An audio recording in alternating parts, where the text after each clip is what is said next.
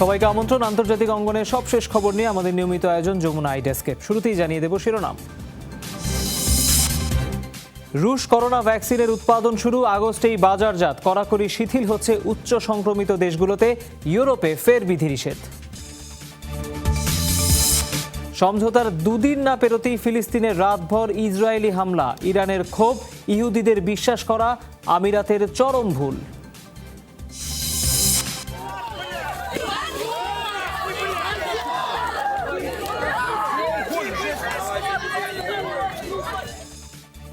প্রেসিডেন্টের পদত্যাগের দাবিতে উত্তাল বেলারুশ, পরিস্থিতি মোকাবেলায় রাশিয়ার সহায়তা চান লুকাশেঙ্কো। এই সব খবরের বিস্তারিত নিয়ে আপনাদের সাথে আছি আমি তৌহিদ হোসেন। চূড়ান্ত অনুমোদনের পর এবার স্পুটনিক ভি করোনা ভ্যাকসিনের উৎপাদন শুরু করল রাশিয়া। আগস্টের শেষ নাগাদ বাজারে ছাড়ার আশা উৎপাদকদের। শনিবার রুশ স্বাস্থ্য মন্ত্রণালয়ের বরাত দিয়ে এই তথ্য নিশ্চিত করে বার্তা সংস্থা ইন্টারফ্যাক্স। প্রথম ব্যাচে কি পরিমাণ ডোজ উৎপাদিত হবে সেটি নিশ্চিত করেনি Moscow. Pharmaceutical company Gamaleya institution এবং দেশটির প্রতিরক্ষা দফতরের যৌথ উদ্যোগে উদ্ভাবিত হয় এই প্রতিষেধকটি। মঙ্গলবার এর চূড়ান্ত সাফল্য ঘোষণা করেন প্রেসিডেন্ট ভ্লাদিমির পুতিন। তবে পশ্চিমা গবেষকরা বলছেন, কার্যকারিতার তুলনায় রাশিয়ার সম্মানকেই বেশি গুরুত্ব দিয়েছে পুতিন সরকার। তাই এই মুহূর্তে বহির্বিশ্বে টিকাটি প্রয়োগের অনুমতি দিতে নারাজ বিশ্ব স্বাস্থ্য সংস্থা।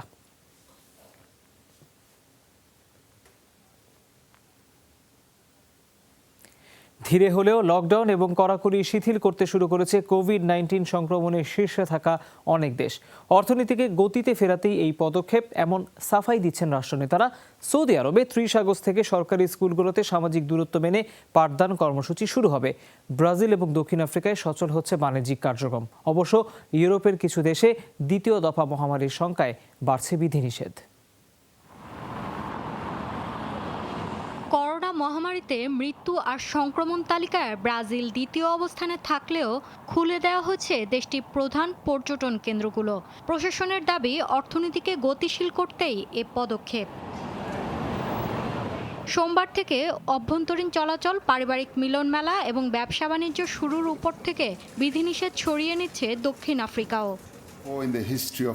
গেল 5 মাসে বিশ্বের সাথে বহু ত্যাগ স্বীকার করেছে দক্ষিণ আফ্রিকাও। প্রাণহানির পাশাপাশি কোণঠাসা অর্থনীতি, রাজনীতি। কিন্তু গেল 3 সপ্তাহে নতুনভাবে সংক্রমিত ব্যক্তি শনাক্তের হার নিম্নমুখী। করোনা মুক্ত হয়েছেন 80% মতো। তাই সোমবার থেকে সতর্কতার মাত্রা লেভেল 2-তে নামাচ্ছি। ব্যবসা বাণিজ্যের ক্ষেত্রে শিথিল হচ্ছে বিধিনিষেধ। স্থানীয়ভাবে লকডাউন প্রত্যাহার এবং কড়াকড়ি শিথিল করলে চলতি মৌসুমে বড় ধরনের দুর্ভোগ পোহাতে হবে যুক্তরাষ্ট্রকে। জাতীয় রোগ নিয়ন্ত্রক ও প্রতিরোধ কেন্দ্রের এ সতর্কতাকে পাত্তাই দিচ্ছেন না প্রেসিডেন্ট ট্রাম্প। সিডিসি বলছে, বিধিনিষেধ না মানলে এই মৌসুমেই যুক্তরাষ্ট্রে চরম আকার ধারণ করবে করোনা ভাইরাস। কিন্তু তাদের সতর্কবার্তার সাথে সম্মত নই, কারণ এটা 1917 সাল না। অবিশ্বাস্যভাবে সে সময় 10 কোটি মানুষ মারা গেছে মহামারীতে। কিন্তু কোভিড-19 যথেষ্ট কমে এসেছে মৃত্যু আর সংক্রমণ। মার্কিনীদের প্রতি পূর্ণ আস্থা রয়েছে। শিষ্টাচার ও স্বাস্থ্যবিধি মেনে মহামারীকে তারা জয় করবে। একদিকে যেমন শিথিল হচ্ছে কড়াকড়ি, আরেকদিকে ইউরোপের অনেক দেশেই ফের ধাক্কা দিয়েছে মহামারী। তাই স্পেনের আধা স্বায়ত্তশাসিত অঞ্চল কাতালানে বাধ্যতামূলক করা হয়েছে করোনার নমুনা পরীক্ষা।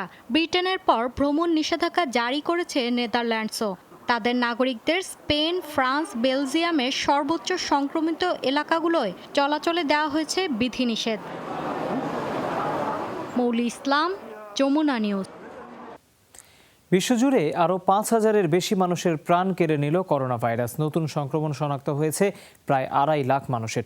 মহামারীতে মোট প্রাণহানি দাঁড়ালো 7,68,000-এর কাছাকাছি। আক্রান্ত 2.25 কোটির বেশি। দিনের হিসাবে সর্বোচ্চ মৃত্যু দেখেছে যুক্তরাষ্ট্র।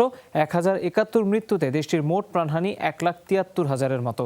24 ঘন্টায় আরও 53,000 রোগী শনাক্ত হয়েছে দেশটিতে। অবশ্য দিনের হিসাবে সংক্রমণের শীর্ষে ভারত। মৃত্যুতে দ্বিতীয় অবস্থানে দেশটি। শনিবার ভারতে 950 মৃত্যু হয়েছে। নতুন সংক্রমণ ধরা পড়ে 64,000-এর মতো। ব্রাজিলে কিছুটা কমেছে প্রাণহানি ও সংক্রমণ। এদিকে 3 মাস পর ইতালিতে 650 করোনা রোগী শনাক্ত হলো একদিনে। করোনা ভাইরাসের উৎপত্তিস্থল চীনের উহানে কোভিড-19 রোগী না থাকায় সরিয়ে ফেলা হচ্ছে অস্থায়ী হাসপাতালগুলো। তথ্য বলছে 3 এপ্রিলের পর করোনায় কোনো মৃত্যুই দেখেনি চীন। যদিও বিচ্ছিন্নভাবে শনাক্ত হচ্ছেন কেউ কেউ। এদিকে অর্থনীতির গতি বাড়াতে পর্যটন শিল্পের ওপর গুরুত্ব দিচ্ছে শি জিনপিং সরকার। করোনার প্রথম সংক্রমণ ধরা পড়া উহান শহরে 10 মার্চ থেকে নেই কোনো রোগী, তাই গুটিয়ে নেওয়া হচ্ছে অস্থায়ী করোনা হাসপাতালগুলো। আগের রূপে ফিরছে community centre, conference room, hotel বা বড় বড় ভবনগুলো। কর্তৃপক্ষ বলছে 2021 সালের মার্চ পর্যন্ত অস্থায়ী মাত্র 4টি হাসপাতাল রেখে বাকিগুলো সরিয়ে ফেলা হচ্ছে। শহরের বিভিন্ন স্থানে অস্থায়ী যেসব হাসপাতাল করা হয়েছিল তা এখন সরিয়ে নেওয়া হচ্ছে। 2-1 দিনের মধ্যেই এই কাজ শেষ হয়ে যাবে। পরিস্থিতি মোকাবেলা করে দ্রুত পর্যটন শিল্পে ঘুরে দাঁড়াতে চায় বেইজিং।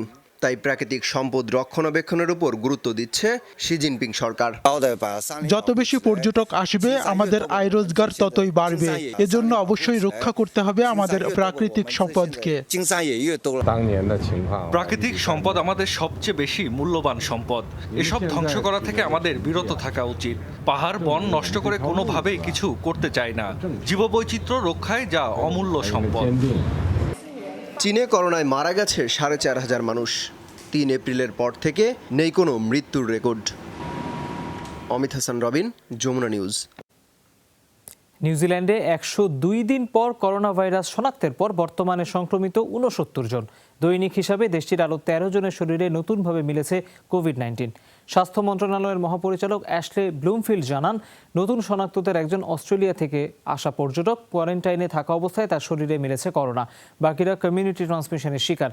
তাদের সংস্পর্শে আসা ব্যক্তিদের অবিলম্বে আইসোলেশনে যাওয়ার নির্দেশ দিয়েছে কর্তৃপক্ষ। এছাড়া সম্প্রতি বিস্তার ঘটা রাজ্য অকল্যান্ডে 2 সপ্তাহের মতো বৃদ্ধি করা হয়েছে লকডাউন। দেশটিতে সংক্রমিত হন 1600-র বেশি। করোনায় প্রাণ হারিয়েছেন 22 জন।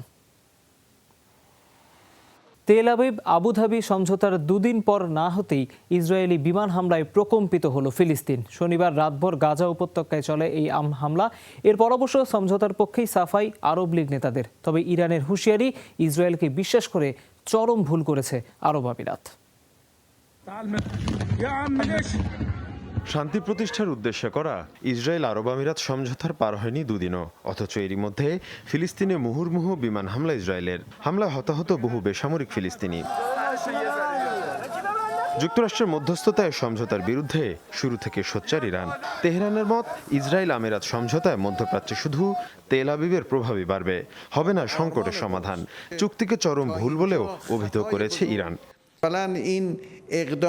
ইসরায়েলের সাথে চুক্তি করার চেয়ে বড় বোকামি আর কিছু কি আছে?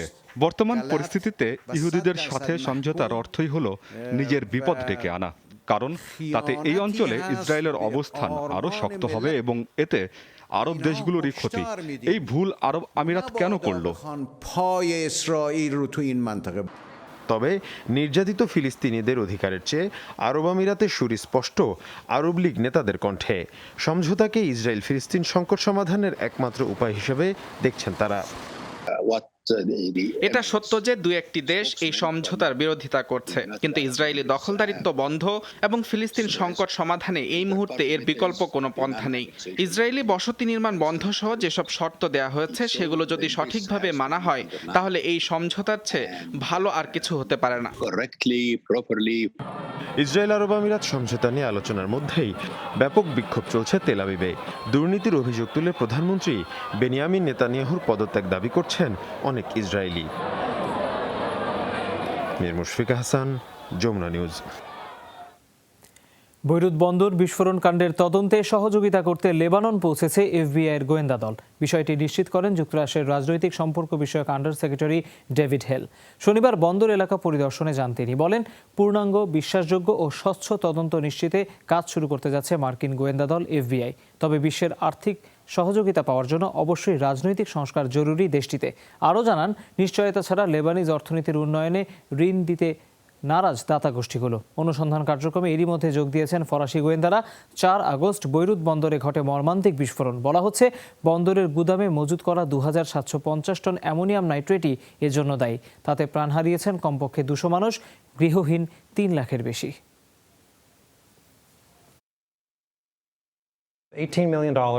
দশকের পর দশক ধরে অব্যবস্থাপনা, দুর্নীতির পাশাপাশি টেকসই সংস্কার গ্রহণে ব্যর্থ লেবানিজ রাজনীতিকরা, যার ফলাফল বৈরুত বন্দর বিস্ফোরণ। দেশটির সহযোগিতায় $1.80 কোটি তহবিল গঠন করা হয়েছে, যা থেকে জরুরি খাদ্য, ওষুধ ও নিত্য প্রয়োজনীয় সরঞ্জাম দিচ্ছে যুক্তরাষ্ট্র।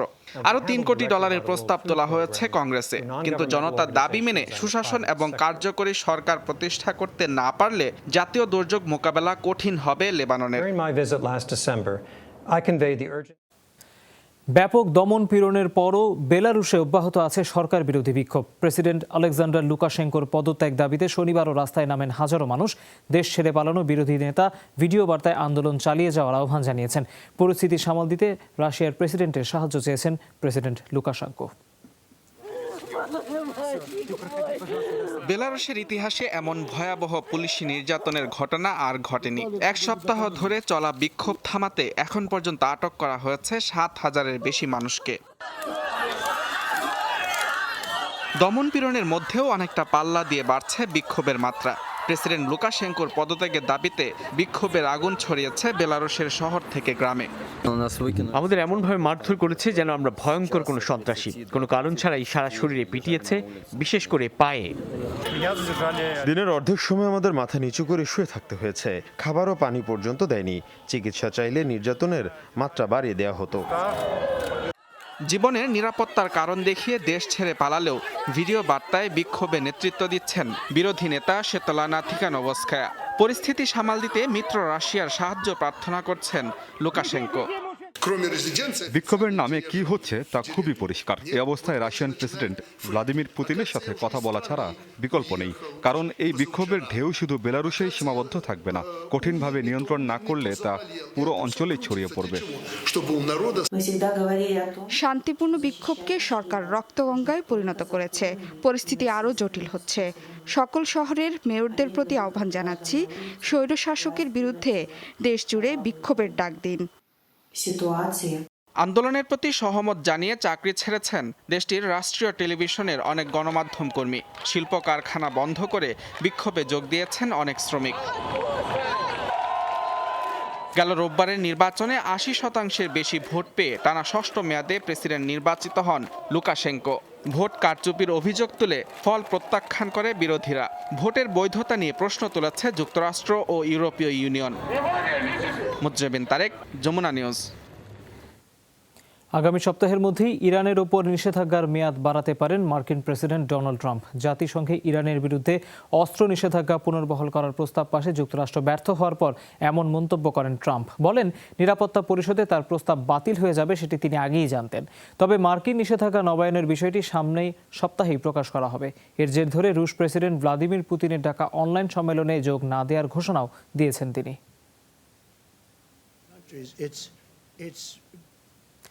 আবারও ধর্ষণের ঘটনায় উত্তেজনা ছড়িয়েছে ভারতের উত্তরপ্রদেশে। রাজ্যের লক্ষ্মীপুর জেলায় 13 বছরের এক কিশোরীকে ধর্ষণের পর হত্যা করা হয়।